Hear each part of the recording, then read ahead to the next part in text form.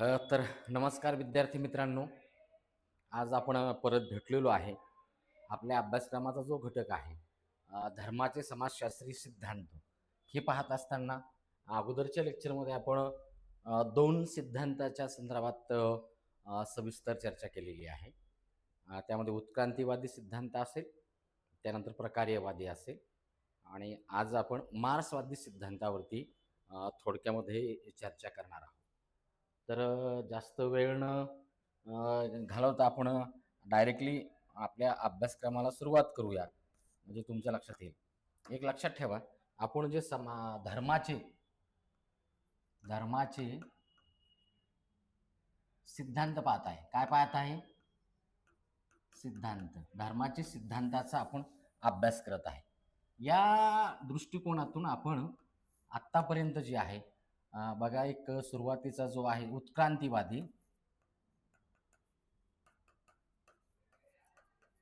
उत्क्रांतीवादी सिद्धांत पाहिला, प्रकार्यवादी, आणि आज जो पाहणार आहेत आपण तो म्हणजे महत्वाचा म्हणजे मार्क्सवादी.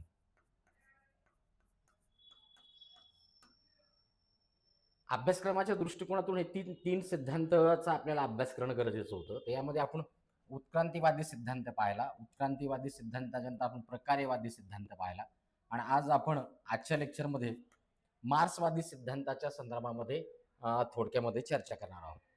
आता एक लक्षात ठेवा, उत्क्रांतीवादी सिद्धांत आणि प्रकार्यवादी सिद्धांत या सिद्धांताचा विचार करत असताना आम्हाला 2 गोष्टी पाहणं गरजेचं आहे. उत्क्रांतीवादी सिद्धांतामध्ये आणि प्रकार्यवादी सिद्धांतामध्ये आपण उत्क्रांतीवादीमध्ये आत्मवाद पाहिला, आत्मवादी सिद्धांत टायलरचा. त्यानंतर आपण बघा निसर्गवाद पाहिला,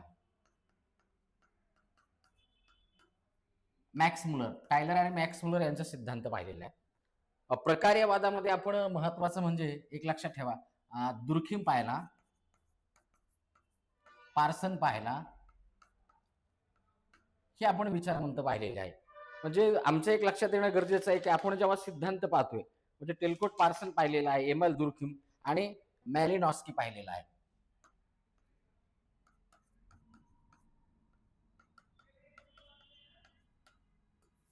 आम्हाला आता एक सगळ्यात महत्वाची गोष्ट अशी आहे की जेव्हा आम्ही हे सिद्धांत पाहतोय, याच्यामध्ये जर विचार केला आपण उत्क्रांतीवादी सिद्धांत आणि प्रकार्यवादी सिद्धांत, या 2 सिद्धांतामध्ये आपण काय पाहिलेलं आहे? उत्क्रांतीवादी सिद्धांत काय म्हणतो? समाज व्यवस्थेच्या विकासाच्या सोबत खऱ्या अर्थानं धर्माचा विकास झालेला आहे किंवा धर्माची निर्मिती झालेली आहे. त्यामध्ये आपण आत्मवादी आणि निसर्गवादी पाहिलेला आहे. त्यानंतर आपण प्रकार्यवादी जो सिद्धांत आहे, प्रकार्यवादी सिद्धांतामध्ये आपण 3 विचारवंताचा विचार केलेला आहे. त्यामध्ये महत्वाचं म्हणजे एक लक्षात ठेवा, तुम्हाला एक लक्षात येईल की याच्यामध्ये 3 कोणाचा विचार केलेला आहे? एक तर दुर्खीमचा विचार केलेला आहे. दुर्खीम यांनी सामाजिक एकता, एक लक्षात ठेवा की आम्ही जेव्हा प्रकार्यवादी सिद्धांत संरचनात्मक प्रकार्यवाद बघतो तो हा सकारात्मक जो आहे, सकारात्मक दृष्टिकोनातून धर्माची मांडणी करतोय. मग त्यामध्ये पार्सन असेल, मग पार्सनची समाज ही एक व्यवस्था आहे, धर्ममूल्य कसं आहे, त्यांनी सामाजिक क्रियाचा सिद्धांत मांडलेला आहे, त्याचबरोबर सामाजिक व्यवस्थेचा सिद्धांत मांडलेला आहे. आणि मग सामाजिक क्रियाचा सिद्धांत मांडला म्हणजे त्या ठिकाणी काय माहिती आहे का?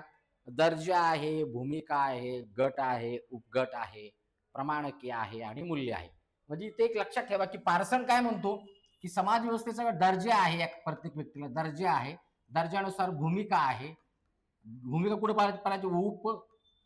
गट, उपगट, गट किंवा उपगट मध्ये, आणि त्याला 4 नंबरला जे आहे मूल्य आणि प्रमाणके. हा जो मुद्दा आहे हा धर्माच्या माध्यमातून निर्माण होतो. म्हणजे पार्सनने सुद्धा धर्माकडे जे आहे, धर्म काय करतो त्याची मांडणी केलेली आहे. मुद्दा मला हा सांगायचा की प्रकार्यवादी दृष्टिकोन हा खऱ्या अर्थानं धर्माकडे सामाजिक एकता सकारात्मक दृष्टिकोनातून पाहण्याचा प्रयत्न करतोय. प्रकार्यवादाची भूमिका तीच आहे. उत्क्रांतीवादी समाजाच्या विकासासोबतच माणसाच्या मानवी चिंतनाचा विकास ज्या पद्धतीने झालेला आहे त्या पद्धतीने धर्माची मांडणी केलेली आहे. आज आपण जो पाहणार आहोत तो म्हणजे मार्क्सवादी सिद्धांत. आता ह्या दोघांपेक्षाही मार्क्सवाद जो आहे मार्क्सवादी सिद्धांत जो आहे, ह्या सिद्धांताचं वेगळेपण काय आहे, ह्या दोन विचाराधारापैकी, या दोन म्हणजे प्रकार्यवादापेक्षा किंवा उत्क्रांतीवादापेक्षा मार्क्सवाद वेगळा कसा आहे. आता मार्क्सवादाचा जेव्हा आम्ही विचार करतो तर आमच्या एक गोष्ट लक्षात येणं गरजेचं आहे की मार्क्सवाद काय आहे. मार्क्सवाद हा समाज व्यवस्थेचे नकारात्मक दृष्टिकोनातून विश्लेषण करतो.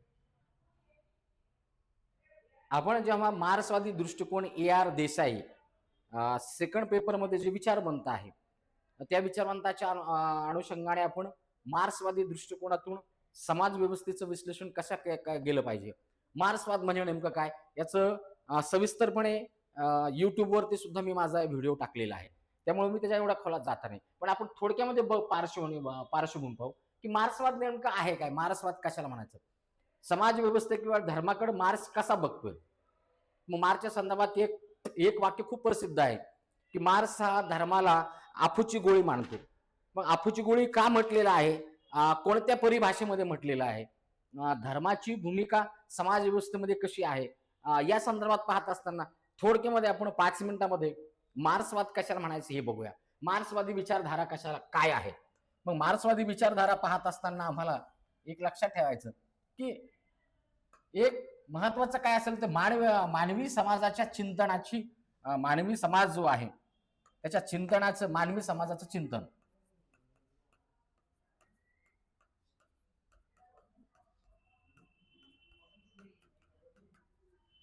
मानवी समाजाच्या चिंतनाच्या संदर्भात अगोदर सुरुवातीच्या कालखंडामध्ये महत्वाचे तत्वज्ञानामध्ये, फिलॉसॉफी ज्याला म्हणतात, तत्वज्ञानामध्ये मांडणी केलेली आहे. मानवी समाज आहे कसा, त्याचा विकास कसा झालेला आहे, विकास असेल म्हणजे मानवी समाजाचा विकास आहे, परिवर्तन आहे, या संदर्भामध्ये मूल तत्व काय आहे, या संदर्भामध्ये फिलॉसॉफीमध्ये विचार मांडलेले आहे. सुरुवातीच्या कालखंडामध्ये मानवी समाजाचं चिंतन करत असताना पहिला सुरुवातीला झाला आदर्शवाद आला. मी थोडक्यात तुम्हाला पार्श्वभूमी, आदर्शवाद आला. आदर्शवाद समाज व्यवस्थेच्या दृष्टिकोनातून समाजाचा विचार जेव्हा मांडणी करतो, तो आदर्शवाद तो कसा मांडणी करतोय, आदर्शवादामध्ये तुम्हाला 2-3 गोष्टी पाहायला मिळतील. काय पाहायला मिळतील, आदर्शवाद काय आहे माहिती आहे का, की आदर्शवाद विचार असेल, आत्मा असेल, चेतना, ह्या सगळ्या गोष्टींना महत्व देतं. समाज व्यवस्थेचं चिंतन विचाराच्या माध्यमातून, आत्म्याच्या आयडियाच्या माध्यमातून करण्याचा प्रयत्न जो आहे, तर आम्हाला या ठिकाणी आदर्शवादामध्ये दिसतात. आदर्शवादामध्ये महत्वाचं विचारांना महत्व आहे. विचारांच्या माध्यमातून समाज व्यवस्थेमध्ये परिवर्तन होतं असं खऱ्या अर्थानं आदर्शवादाने मांडलं. मग मूल्य असेल, परंपरा असेल, धर्म असेल, या सगळ्या गोष्टींना काय आदर्शवाद मान्य करतो. नंतरच्या कालखंडात चिंतनाची थोडी प्रक्रियेचा विकास झाला. थोड्या प्रक्रियेचा विकास झाल्यानंतर विचारांच्या माध्यमातूनच परिवर्तन होत नाही, आत्मा असेल, चेतना असेल, ह्याच गोष्टी महत्वाच्या नाही. तर त्यांनी सांगितलं की ह्या जे परिवर्तन होतंय समाज व्यवस्थेमध्ये, त्यांनी सांगितलं द्वंद्व आहे, द्वंद्वाच्या माध्यमातून परिवर्तन होतो, 2 गोष्टीमध्ये संघर्ष निर्माण होतो आणि त्या संघर्षातून खऱ्या अर्थानं समाज व्यवस्थेमध्ये परिवर्तन होतं, द्वंद्व. आणि मग त्याच्यानंतर आदर्शवादाच्या नंतर जो एक महत्वाचा विचार म्हणता आला तो म्हणजे हेगल. आपण आता हेगलकडे आलेलो आहे. हेगल आपल्यासाठी महत्वाचा आहे, जास्त डिटेलमध्ये जात नाही. मग हेगल काय म्हणाला की आदर्शवादामध्ये विचार महत्वाचा आहे, पण ह्या विचारामध्ये द्वंद्व झाल्याशिवाय परिवर्तन होत नाही. मग त्याला महत्वाचं काय, आदर्शात्मक,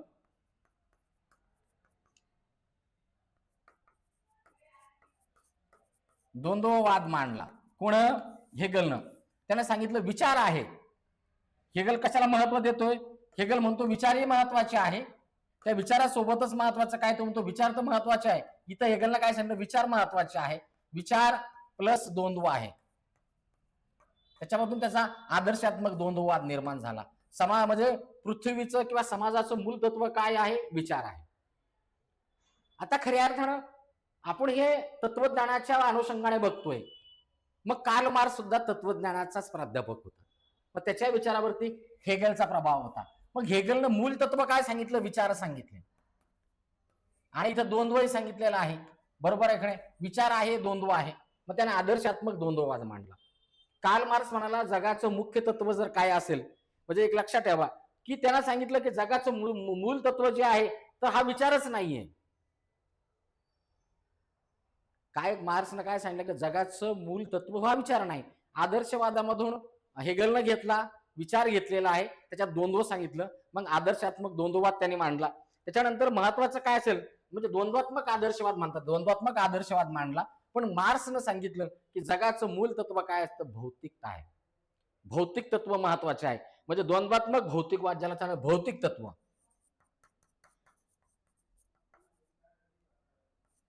कोणी सांगितलं, मार्क्सनं. कार्ल मार्क्स इथे येतो. मार्क्स काय म्हणतो, भौतिक तत्व जगाचं मूल तत्व आहे.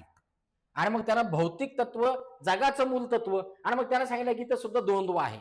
आणि मग कार्ल मार्क्सच्या विचारामध्ये तुम्हाला द्वंद्वात्मक भौतिकवाद पाहायला म्हणतो.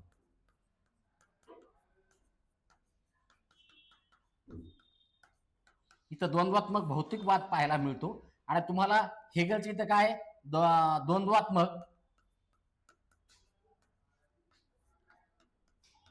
आदर्शवाद पाहायला मिळतो. हे अगोदरच्या लेक्चरमध्ये मी सविस्तर केलेलं आहे. मला मुद्दा महत्वाचा सांगायचा आहे की हेगल असेल किंवा कार्ल मार्क्स असेल यांच्या विचारामध्ये महत्वाचं काय असेल तर द्वंद्व आहे. द्वंद्व आहे म्हणजे संघर्ष आहे. ही परिभाषा जी आहे कार्ल मार्क्सच्या विचारामध्ये आम्हाला पाहायला मिळते. आणि मग मानवी समाजाचं स्पष्टीकरण जे आहे म्हणजे मानवी समाजामध्ये जो बदल होतो किंवा परिवर्तन होतं, मानवी समाजामध्ये जो बदल किंवा परिवर्तन होतं,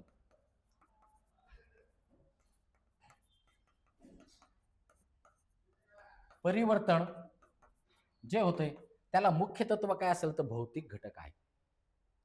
आपण आता कार्ल मार्क्स इथे तिथे संघर्ष द्वंद्व महत्वाचा आहे. द्वंद्वात्मक भौतिकवाद मांडला. द्वंद्वात्मक भौतिकवादाच्या आधारे कार्ल मार्क्सने ऐतिहासिक भौतिकवाद मांडला. आणि मग बेसिक स्ट्रक्चर आणि सुपर स्ट्रक्चर हे तत्व मांडलेले आहे. वर्ग संघर्ष मांडलेला आहे. ह्या सगळ्या गोष्टी आपण विचारवंताचा अभ्यास करत असताना कार्ल मार्क्सच्या सगळ्या संकल्पनेचा आपण सविस्तरपणे चर्चा केलेली आहे. मला मुद्दा महत्वाचा सांगितलाय की इथं पदार्थ आहे, इथं भौतिकता म्हणजे काय, भौतिकता म्हणजे काय, पदार्थ हे मूळ तत्व आहे. विचारापेक्षा पदार्थाला महत्व दिलं, भौतिकतेला महत्व दिलं कार्ल मार्क्स यांनी. पण मग भौतिकता म्हणजे नेमकं काय, मग भौतिकतेच्या संदर्भात कार्ल मार्क्स यांनी जे आहे भौतिक तत्वाचा अर्थ त्याला सांगितलेला आहे अर्थव्यवस्था. अर्थव्यवस्था आहे किंवा उत्पादन प्रणाली. ह्या दोन गोष्टींच्या आधारे समाज व्यवस्थेमध्ये बदल होतो. आणि मग कार्ल मार्क्स यांनी इथं तुम्हाला माहित आहे इथं द्वंद्वात्मक भौतिकवाद मांडला, त्याच्या आधारावरती त्याने ऐतिहासिक भौतिकवाद मांडला.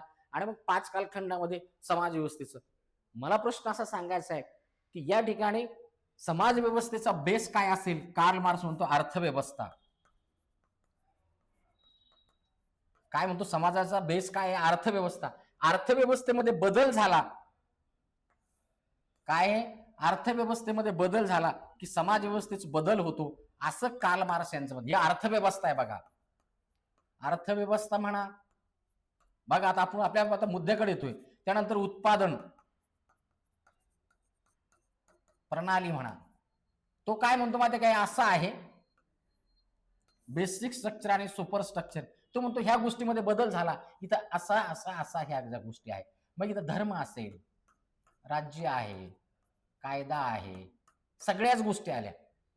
तो म्हणतो ह्या ज्या गोष्टी आहे ह्या सगळ्या गोष्टीवरती खऱ्या अर्थानं ही व्यवस्था टिकलेली आहे. याला म्हणतात बेसिक स्ट्रक्चर आणि सुपर स्ट्रक्चर. हे वरचं जे सुपर स्ट्रक्चर आहे हे याच्यावरती आधारित आहे. याच्यामध्ये बदल झाला की याच्यामध्ये बदल होतो. मग धर्माला आपण मुद्दा महत्वाचा येतो की मार्क्सवादी दृष्टिकोनातून धर्माच्या संदर्भात त्यांनी काय विचार मांडलेला आहे.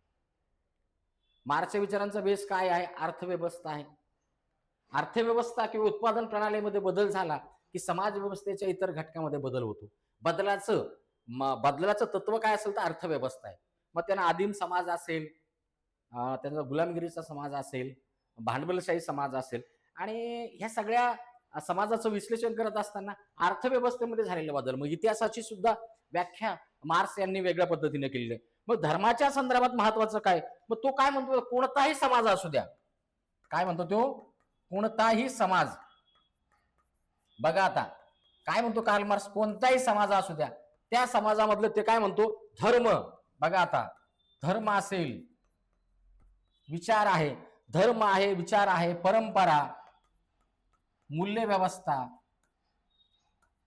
बघा आता इथं महत्वाचं, धर्म असेल, विचार असेल, परंपरा असेल, मूल्य व्यवस्था असेल, राज्य असेल, कायदा असेल, ह्या ज्या सगळ्या गोष्टी आहेत, सगळ्यात महत्वाचं काय, ह्या सगळ्या काय समाज व्यवस्थेच्या काय आहे, तो म्हणतो हा या उपव्यवस्था आहे. या समाज व्यवस्थेच्या काय, या सगळ्या उपव्यवस्था आहेत. आणि मग उपव्यवस्था असल्यामुळं अर्थव्यवस्था का, मग ह्या उपव्यवस्थेचं कार्य जे आहे निश्चित करण्याचं काम जे आहे, या उपव्यवस्थेचं कार्य निश्चित करण्याचं काम तो म्हणतो ही अर्थव्यवस्था करते, निर्धारित करते. धर्म कसा असायला पाहिजे, मूल्य व्यवस्था कशी असायला पाहिजे, आणि सगळ्यात महत्वाचं, आणि मग समाज व्यवस्थेच्या दृष्टिकोनातून ह्या अर्थव्यवस्थेच्या नाड्या, बघा तुम्ही लक्षात आलं, या अर्थव्यवस्थेच्या नाड्या ज्यांच्या हातामध्ये आहे, मग त्यालाच आहे रे आणि नाही रे. मग इथे आहे रे कोण आहे, भांडवलदार, नाही रे कोण आहे, कामगार. भांडवलदार काय, मग भांडवलदार जो आहे तो खऱ्या अर्थानं ह्या अर्थव्यवस्थेचा, उत्पादन प्रणालीचा, ह्या सगळ्या गोष्टीचा मालक आहे. आणि मग ही जी अर्थव्यवस्थेचा मालक भांडवलदार असेल, मग धर्म असेल, विचार असेल, परंपरा असेल, मूल्य असेल, राज्य असेल, कायदा असेल, ह्या ज्या उपव्यवस्था आहे, मुख्य व्यवस्था कोणती आहे, अर्थव्यवस्था आहे, त्याच्यावर आधारित ह्या उपव्यवस्था आहे. पण यांच्यावरती ज्याची मालकी आहे तो त्या ह्या सगळ्या गोष्टींचा उपयोग त्यांच्या पद्धतीनं करून घेण्याचा प्रयत्न करतो. असं कार्ल मार्क्स यांनी थोडक्यामध्ये उत्पादन प्रणालीच्या बदलाबरोबर अन्यही व्यवस्था बदलतात. काय म्हणतो, उत्पादन प्रणाली जी आहे, उत्पादन प्रणाली बदलली की या बाकीच्या घटकामध्ये सुद्धा बदल होतो, असं थोडक्यामध्ये कार्ल मार्क्स यांचं. मग आपण मुद्दा महत्वाचा का, आपला धर्मावरती येऊ आपण. इथपर्यंत तुम्हाला मार्क्सवादी दृष्टिकोन कळलेला असेल. मार्क्सवादी दृष्टिकोन समाज व्यवस्थेमध्ये असणारी जी विषमता आहे, इथं काय, विषमता, शोषण, विषमता आणि शोषण याचं मांडणी करत असताना उत्पादन प्रणाली किंवा अर्थव्यवस्थेच्या आधारे त्याची मांडणी करतोय. आणि मग तो म्हणतो जर ही व्यवस्था विषमतेवर आधारित आहे, शोषणावरती आधारित आहे, शोषण कुठं आहे, मग इथं भांडवलदार आणि कामगार यांच्यामधला कसा संघर्ष आहे, याची मांडणी कार्ल मार्क्स यांनी केलेली आहे. आणि मग तो म्हणतो ही उपव्यवस्था आहे, मुख्य व्यवस्था अर्थव्यवस्था आहे, आणि मग ही अर्थव्यवस्था भांडवलदारांच्या हातात आहे. आणि मग त्या पद्धतीनं महत्वाचं काय, तो भांडवलदार जो आहे, धर्म असेल, विचार असेल, परंपरा असेल, याचा उपयोग आपल्या पद्धतीनं करण्याचा प्रयत्न करतो. आणि मग इथं महत्वाचं काय, धर्म काय करतोय. आता एक लक्षात ठेवा, ही व्यवस्था कशी, शोषणकारी कशी आहे रे, नाही रे, हे थोडक्यामध्ये तुम्हाला सांगितलेलं. जेव्हा कार्ल मार्क्सचा आपण अभ्यास करतो त्यामध्ये त्याच्यावर सविस्तर मी चर्चा केली, म्हणजे सविस्तर लेक्चर घेतलेले आहे. कार्ल मार्क्स एकदम सविस्तर म्हणजे त्याची मांडणी केलेली आहे. ते लेक्चर केलेलं आहे, ते लेक्चर तुमच्या आकलन झालं की तुम्हाला हे लक्षात येईल. मुद्दा महत्वाचा मला असा आहे की मग मार्क्स इथं धर्माचं काय आहे, मग धर्माच्या संदर्भात मार्क्सचे काय विचार आहे, धर्माच्या संदर्भात विचार,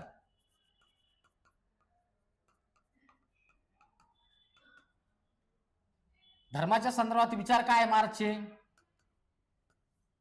धर्माच्या संदर्भातले विचार पाहत असताना आम्हाला एक गोष्ट लक्षात येईल की धर्माच्या संदर्भात मार्क्स काय म्हणतो. मग आम्हाला सगळ्याला ते प्रसिद्ध वाक्य माहित आहे, कोणतं. मार्क्स म्हणतो धर्म ही अफूची गोळी आहे.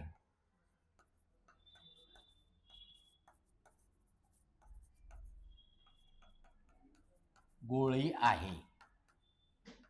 आता धर्म ही अफूची गोळी आहे, हे जे स्टेटमेंट कार्ल मार्क्स यांनी केलेलं आहे, तर कोणत्या दृष्टिकोनातून केलेलं आहे हे पाहत असताना तुमच्या काही गोष्टी लक्षात येणं गरजेचं आहे. कार्ल मार्क्स धर्माला अफूची गोळी का म्हणतोय हो. आता आपण बेसिक स्ट्रक्चर, सुपर स्ट्रक्चर पाहिलेला आहे, उपव्यवस्था बघितलेला आहे. याचा अर्थ असा होतो की धर्म वाईट आहे असं म्हणत नाही तो. बघा तुम्ही आता, धर्म वाईट आहे असा थेट आरोप कार्ल मार्क्स करत नाही. मग काय आहे, मग तो म्हणतो अफू जसा वेदना, अफू काय आहे, अफू नशा माणसं काय करतात, म्हणजे वेदना ज्याला म्हणतात, वेदना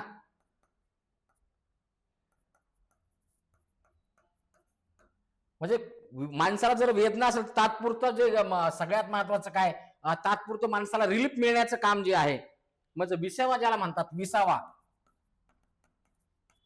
इथं वेदना किंवा विसावाला तात्पुरता जो विसर जो आहे तो खऱ्या अर्थानं अफूमुळे होतो. काही काळापर्यंत माणूस काय दुःख विसरून जातो. दुःख विसरण्यासाठी माणसं अफूचा उपयोग करतात, तात्पुरता विसावा माणसाला मिळतो. याचा अर्थ असा काय होतो, माणसाच्या जीवनात दुःख आहे, बरोबर आहे का नाही? माणसाच्या जीवनात दुःख आहे, म्हणजे दुःख आहे म्हणजे नेमकं काय? मग तो म्हणतो भांडवलदारी जी व्यवस्था आहे रे नाही रे, जे दोन वर्ग समाज व्यवस्थेमध्ये पाहायला मिळत होते, त्याचा बेस काय होता? आता धर्म बघा कुठं काम करतोय, मानसिक दृष्टिकोनातून धर्माचं काम बघा. मग कार्ल मार्क्स काय म्हणतो की धर्म ही आफूची गोळी आहे. आफूचं काम काय आहे? वेदनेपासून तात्पुरता माणसाला आराम मिळतो, बरोबर आहे का नाही? दुःख विसरायला आफू काम करतो. मग अगोदरच्या कालखंडापासून समाज व्यवस्थेमध्ये काय होतं? दारिद्र्य आहे, बरोबर आहे का नाही? विषमता आहे. तुम्हाला दारिद्र्य पाहायला मिळेल, विषमता पाहायला मिळेल. इथं शोषण आहे. बघा धर्म कुठं काम करतो? शोषण आहे. त्याचबरोबर सगळ्यात महत्वाचं काय? ह्या सगळ्या गोष्टींचं ह्या म्हणजे जिथं दारिद्र्य आहे, जिथं विषमता आहे, जिथं शोषण आहे, ह्या शोषणाच्या माध्यमातून लोकांमध्ये दारिद्र्य, विषमता निर्माण झालेली आहे. आणि मग याचं माणसाला काय आहे? दुःख आहे. कामगाराला दुःख आहे. ह्या जगाचा निर्माण करता, प्रत्येक वस्तूचा निर्माण करता जर मी असेल, माझ्याच मूलभूत गरजा पूर्ण होत नाही, माझ्या श्रमाला, इथं अतिरिक्त मूल्यांचा सिद्धांत जो कार्ल मार्क्स आहे. शोषण कुठे होतंय? कार्ल मार्क्स म्हणतो कामगार जे असेल त्याच्या श्रमाला किंमत मिळत नाही. अतिरिक्त मूल्यांचा सिद्धांत अभ्यास असा असताना त्यावरती सविस्तर चर्चा केलेली आहे की कामगारांचं शोषण कशा पद्धतीने होतं. मग अतिरिक्त मूल्य नेमकं काय? श्रमाचं व्हॅल्यू कसं असतं, ते सरप्लस व्हॅल्यू ते आपण बघितलेलं आहे. मला मुद्दा महत्वाचा सांगितलं, शोषण कुठं आहे? त्याच्या श्रमाला किंमत नाही, त्याच्यापासून त्याला दुःख आहे. आणि मग लोकांना जो आहे ह्या दुःखामध्ये, हा माणूस दुःख आहे आणि ह्या दुःखामध्ये मानसिक आधार कोण देते? धर्म देतोय. लक्षात आलं का? मानसिक आधार मग धर्म देतोय, म्हणजे विशिष्ट कालखंडापर्यंत त्याला दुःखापासून थोडा आधार देण्याचं काम धर्म करतोय. म्हणून कार्ल मार्क्स धर्माला आफूची गोळी म्हणतो. ठेविले अनंती तैसीच राहावे. आणि मग इथं महत्वाचं काय? इथं हे कार्ल मार्क्स काय म्हणतो माहिती आहे का? की धर्म काय सांगतोय?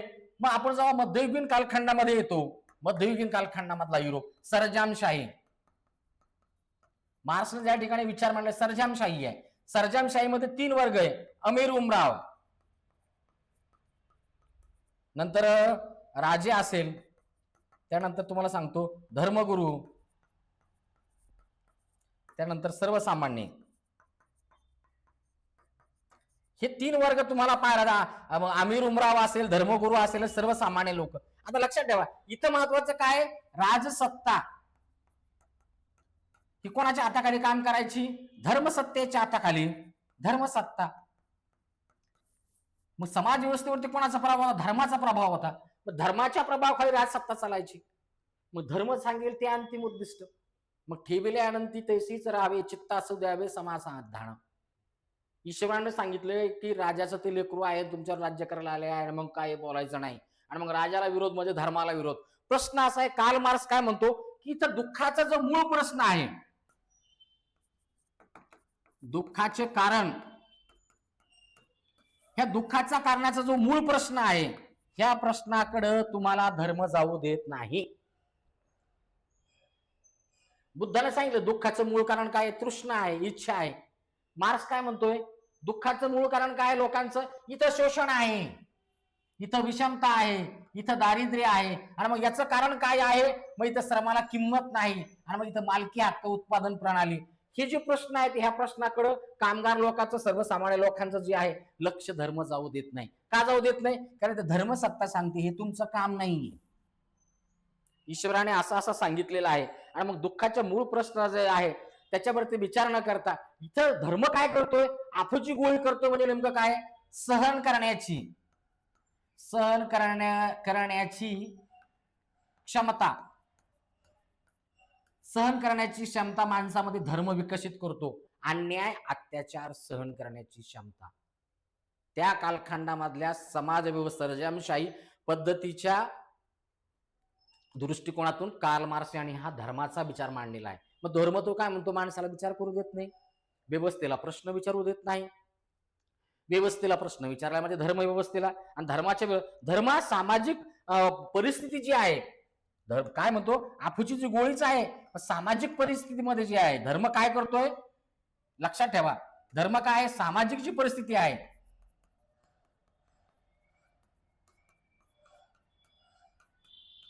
जी सामाजिक परिस्थिती अशी समाज व्यवस्थेची, धर्म भाग काय होतो, सामाजिक परिस्थितीचा जे आहे त्या परिस्थितीचा तो म्हणतो परिणाम आहे. हा काय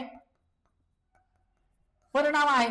इथं काय आहे, भांडवलदाराचा राजशाही ही सत्ता आहे. आणि मग जेव्हा समाजात आर्थिक विषमता किंवा धर्म देवाला निर्माण केला नव्हती, काय म्हणतो, सामाजिक परिस्थितीचा परिपाक. धर्म काय, सामाजिक परिस्थितीचा परिणाम आहे. आणि मग धर्म कोण निर्माण केला, तो म्हणतो, मग तो म्हणतो समाजाने. आणि मग तो म्हणतो ही व्यवस्था कशी आहे, शोषणकारी. शोषण करण्यासाठी खऱ्या अर्थानं धर्माचा उपयोग जे आहे तर केला जातो, असं कार्ल मार्क्स म्हणणं आहे. आणि मग सगळ्यात महत्वाचं काय, म्हणजे हे धर्म काय आहे, हा व्यवस्थेचा परिपाक आहे. इथं सर्जनशाही पद्धती आहे. आणि मग कार्ल मार्क्स म्हणतं काय, सत्ताधार धर्म काय आहे, तो म्हणतो धर्म सत्ताधाऱ्यांचं जे सत्ताधारी यांचं काय आहे, सगळ्यात मग सत्ताधाऱ्याचं शोषणाचं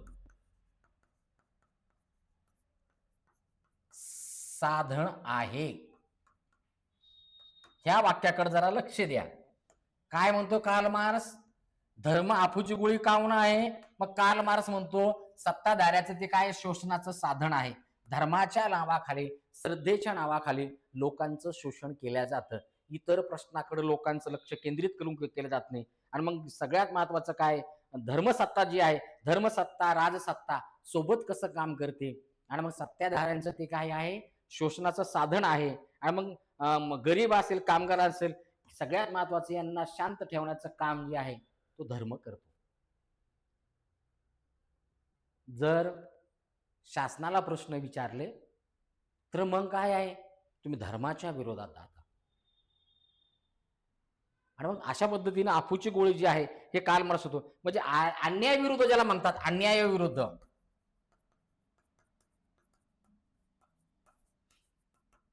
बंड करणे धर्माला मान्य नाही. मग धर्माने सांगितलेली जी मूल्य व्यवस्था आहे, धर्माने सांगितलेल्या तत्वानुसारच माणसाला जीवन जगावं लागतं. मग प्रत्येक धर्मामध्ये काय आहे, मेल्यानंतर तुमचं मोजमाप होणार आहे, पुढचा जन्म आहे, पुनर्जन्म आहे, कायमत की रात आहे, आपल्याकडे पाप पुण्य संकल्पना आहे. आणि मग धर्म त्याच्यामध्ये माणसाला गुंगून ठेवतो. आणि मग त्याच्यामध्ये विशिष्ट, आता माझ्यावर त्रास होतोय, पुढचा जन्म मला चांगला मिळणार आहे, जाऊ द्या, काय हरकत नाही, ह्या जन्मामध्ये मला कष्ट पडायला लागलेत ना, मग त्या धर्मात सगळ्यात अगोदरच्या जन्माचं ते पाप असेल. दुःखाचा नाश धर्माचं, म्हणजे दुःखाचा नाश. इथं तो काय म्हणतो की दुःख आहे, दुःख सहन करण्याचं काम जो आहे धर्म करतो. कार्ल मार्क्सने एक सुंदर महत्त्वाचं सांगितलंय की दुःखाचा नाश कुठे होणार आहे, दुःख, माणसाचं जीवन दुःखमय, दुःखाचा नाश जो आहे तो म्हणतो धर्म करणार नाही. माणसाच्या जीवनातलं दुःख जे आहे तर ते धर्मामुळे मिळणार नाही. तो म्हणतो की जोपर्यंत सामाजिक, आर्थिक राजकीय परिस्थिती बदलत नाही, याच्यामध्ये बदल झाल्याशिवाय माणसाच्या जीवनातलं दुःख कमी होणार नाही. आणि मग धर्म काय, धर्म ह्या गोष्टीकडे माणसाचं लक्ष केंद्रित होऊ देत नाही. त्याच्या दुःखाचं मूळ कारणापर्यंत लोकांना जाऊ. वर्ग जाणीव, ज्याला एक कार्ल मार्क्सने वर्ग जाणीव काय आहे, आम्ही सगळे दुःखी आणि दुःखाचं मूळ कारण काय. मग ते जेव्हा क्रांतीची भाषा बोलतो कामगारांच्या संदर्भामध्ये, सगळ्या कामगारांना तुम्ही एक व्हा, तुमच्या सगळ्या दुःखाचं मूळ कारण एक आहे, तुमच्यामध्ये वर्ग जाणीव होऊ द्या. आणि तुमच्या शोषणाला, तुमचं शोषण कोण करते, भांडवलदार करताय, ही सत्ता उखडून टाका. तुमच्या पायामध्ये जे गुलामगिरीच्या बेड्या आहेत त्या तोडून टाका. आणि मग कार्ल मार्क्स काय, रक्तरंजित क्रांतीची भाषा करतो. आणि मग इथे महत्वाचं काय, धर्म काय करतो, मानवतावाद सांगतो. मानवतावाद आणि मानवतावाद, माणसाने माणसासोबत राहायला पाहिजे, पण ज्यांचं शोषण होतंय त्यांनी शांत राहायला पाहिजे. कार्ल मार्क्स म्हणणं आहे की धर्म जो आहे, धर्म माणसाचं दुःख नाहीसं करणार नाही जोपर्यंत त्याची अर्थव्यवस्था बदलणार नाही, मालकी हक्क, उत्पादन पद्धती बदलणार नाही, सामाजिक न्याय. मग तो म्हणतो काय आहे, केव्हा तुम्हाला लोकांचं दुःख केव्हा कमी होणार आहे, धर्म माणसाला क्रांतीपासून दूर नेण्याचं काम करतो असं म्हणतो. मग तो म्हणतो सामाजिक न्याय.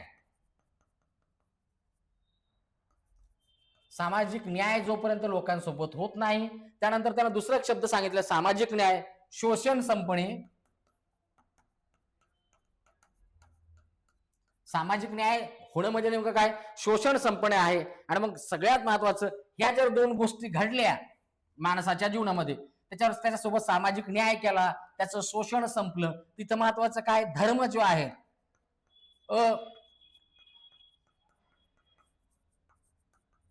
बरोबर माणसाला धर्म हा अप्रासंगिक वाटेल. मग आधुनिक समाज व्यवस्थेमध्ये काय आहे? आधुनिक समाज व्यवस्थेमध्ये ज्या ज्या पद्धतीनं माणसाचा विकास व्हायला लागलेला आहे, त्या पद्धतीने माणसाच्या जीवनातलं धर्माचं महत्व कमी व्हायला लागलेलं आहे. धर्माचं महत्व का कमी व्हायला लागलेलं आहे? कारण आधुनिक समाजामध्ये काय आहे? आधुनिक समाजामध्ये शोषणकारी व्यवस्था राहिली नाही. माणसाचे बरेचसे प्रश्न सुटलेले आहे. जिथं प्रश्न आहे, जिथं दुःख आहे, जिथं वेदना आहे, त्या ठिकाणी धर्म आहे. असं कार्ल मार्क्सनं थोडक्यामध्ये जर आपण विचार केला कार्ल मार्क्सच्या विचारांचा, तर धर्माचा मानवी म्हणजे सगळ्यात महत्वाचं त्यांचं म्हणणं आहे की माणसाच्या दुःखाच्या निर्मितीमधून धर्माची निर्मिती झालेली आहे.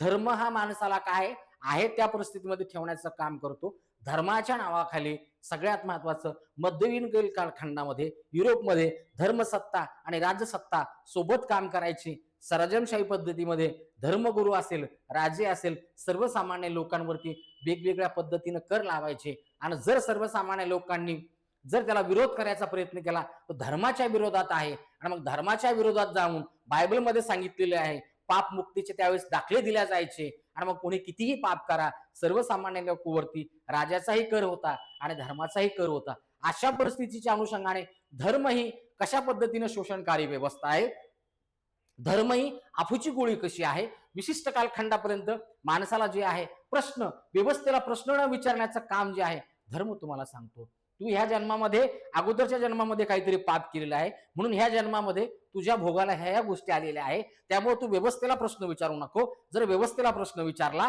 तर पुढचा तुला जन्म सुद्धा वाईटच मिळणार आहे. त्यामुळे आहे त्या परिस्थितीमध्ये निमूटपणे जीवन जगण्याचा प्रयत्न कर. अशा पद्धतीनं धर्म हा माणसाला विशिष्ट विचारधारेमध्ये गुंगून ठेवण्याचं काम करतो. आणि मग आपण जर आधुनिक समाज व्यवस्थेच्या दृष्टिकोनातून जरी विचार केला, धर्मसत्ता आणि राजसत्ता, इथं धर्मसत्ता आहे आणि राजसत्ता, ह्या दोन्ही एकत्र काम करतात. जेव्हा राजसत्तेला गरज पडते तेव्हा धर्मसत्तेचा उपयोग करून लोकांमध्ये जे आहे श्रद्धा आहे आणि महत्वाचा अंधश्रद्धा, आणि धर्माच्या नावाखाली लोकांना कशा पद्धतीनं राजकीय व्यवस्था उपयोग करते याबद्दल न बोललेलंच बरं. जिथं धर्म आहे राजकीय व्यवस्थेचं हत्यार, तिथं दोन गोष्टी तुम्हाला कधी पाहायला मिळतील. तिथं तर्क, विवेक, विज्ञान ह्या गोष्टी चालत नाही. जर ह्या गोष्टीच्या संदर्भात जर बोलले, तर्काच्या आधारे बोलले, विवेक वापरला, वैज्ञानिक दृष्टिकोन वापरला, मग इथं तुम्ही काय आहे? देशद्रोही म्हणजे राष्ट्राच्या विरोधी राजकीय व्यवस्थेच्या ज्या संकल्पना आहे, मुद्दा महत्वाचा धर्म व्यवस्था आणि राज्य व्यवस्था कशा पद्धतीनं काम करते, आणि मग धर्म हा आपूची गोळी कशी आहे अशी थोडक्यामध्ये मांडणी कार्ल मार्क्स यांनी आपल्या विचारामध्ये केलेली आहे. असं मला वाटतं की थोडक्यामध्ये तुम्हाला कार्ल मार्क्स यांच्या धर्माच्या संदर्भातले जे विचार आहे त्याची मांडणी थोडक्यामध्ये करण्याचा प्रयत्न केलेला आहे. म्हणजे मला असं वाटतं की मार्क्सवाद जर विचारला, म्हणजे उत्क्रांतीवाद असेल, मार्क्सवाद असेल किंवा प्रकार्यवाद असेल, जर तुम्हाला जर प्रश्न विचारला गेला, कोणताही विचारू द्या, म्हणजे एमाईल दर्खिम आणि मार्क्स यांच्या विचारामध्ये तुलना करा, तर तुम्हाला ते मांडणी करता आली पाहिजे. म्हणजे एक लक्षात ठेवा, इथून सुरुवात केलेली आहे, आपण या ठिकाणी आलेलो आहे. मार्क्सवाद म्हणजे नेमकं काय आहे हे तुमच्या लक्षात येईल. आणि मग प्रकार्यवाद काय आहे? सकारात्मक, धर्माकडे सकारात्मक पाहतोय, आणि मार्क्सवाद जो आहे म्हणजे प्रकार्यवाद सकारात्मक पाहतो आणि मार्क्सवाद हा नकारात्मक. अशा पद्धतीनं अभ्यासक्रमाच्या दृष्टिकोनातून जे आपले विचार होते, उत्क्रांतीवादी सिद्धांत पाहिला, प्रकार्यवादी पाहिला, मार्क्सवादी पाहिला, आणि आपल्याला अजून एक विचार म्हणत आहे की तो पुढच्या लेक्चरमध्ये आपण, तो जास्त वेळ नाही जाणार आपल्याला, पुढच्या लेक्चरमध्ये मला वाटतं तो आपण घ्यायला पाहिजे. तो म्हणजे महत्वाचा काय, मॅक्स वेबर. हा मॅक्स वेबर झाला की मग आपले धर्माचे जे सिद्धांत आहे, धर्माच्या संदर्भातले बदले मांडलेले जे विचारवंतांनी विचार आहे, त्या विचारांचं आपलं थोडक्यामध्ये विश्लेषण थांबणार आहे.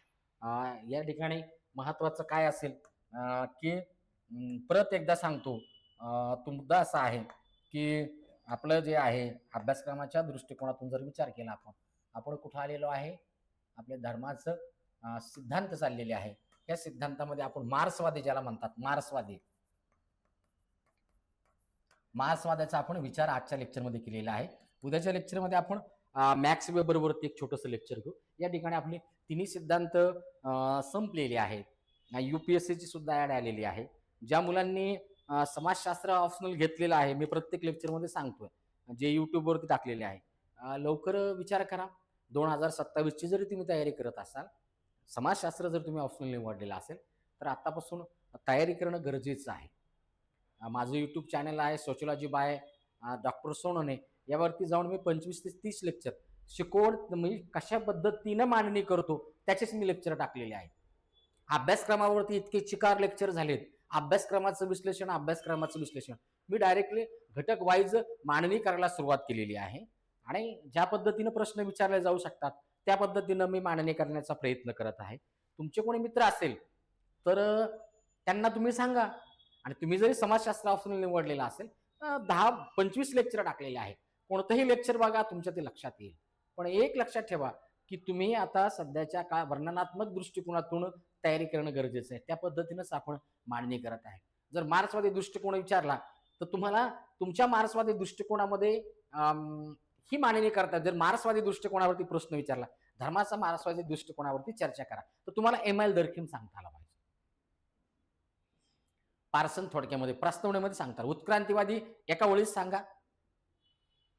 नंतर प्रकार्यवादी सामाजिक एकतेच्या अनुषंगाने धर्माची मांडणी करतात. कार्ल मार्क्स एकमेव असा विचार म्हणत आहे की धर्माची मांडणी आर्थिक उत्पादन प्रणाली याच्या आधारे करतं. मग कशा पद्धतीनं ती शोषणकारी व्यवस्था कशी आहे, धर्म ही अफूची गोळी कोणत्या दृष्टिकोनातून त्यांनी मांडणी केलेली आहे, हे थोडक्यामध्ये मांडलं झालं. सकारात्मक, नकारात्मक 2 पैलू आहेत. अशा पद्धतीने जर तुम्ही प्रश्नाचं उत्तर लिहिलं, मार्क का पडणार नाही? प्रश्नच त्या दृष्टिकोनातून विचारला गेलेला आहे. तर बॅच घेण्याचा प्रयत्न करा. वेळ कमी राहिलेला आहे. तुम्ही जर कधी 2027ची तयारी करत असेल, आतापासून जर बॅच घेतली तर तुम्हाला सांगतो 2-3 महिन्यामध्ये समाजशास्त्र एकदम छानपैकी तयार होईल. 2025ची आता जे विद्यार्थी तयारी करतात त्यांनी जर कधी, माझ्या आता 130-32 पर्यंत लेक्चर झालेले आहेत, ते लेक्चर जरी रोज 2-2 म्हणजे 3 तास जरी ऑप्शनलला दिले आणि बाकीचे 4-5 घंटे तुम्ही GSला दिले तरी तुमचा रिझल्ट येऊ शकतो. आपल्या बॅचच्या माध्यमातून मी हँड रिटन नोट्स जे आहेत माझ्या, मी जे आता शिकवतोय, ह्याच नोट्स मी तुम्हाला देणार आहे. त्या शॉर्ट नोट्स असणार आहे. लेक्चर केलं, सविस्तरपणे लेक्चर ऐकलं आणि या नोट्सचा जरी वापर केला, तुम्ही कसाही प्रश्न विचारला गेला, त्या प्रश्नांचं उत्तर तुम्ही चांगल्या पद्धतीनं लिहू शकता. थँक्यू. धन्यवाद.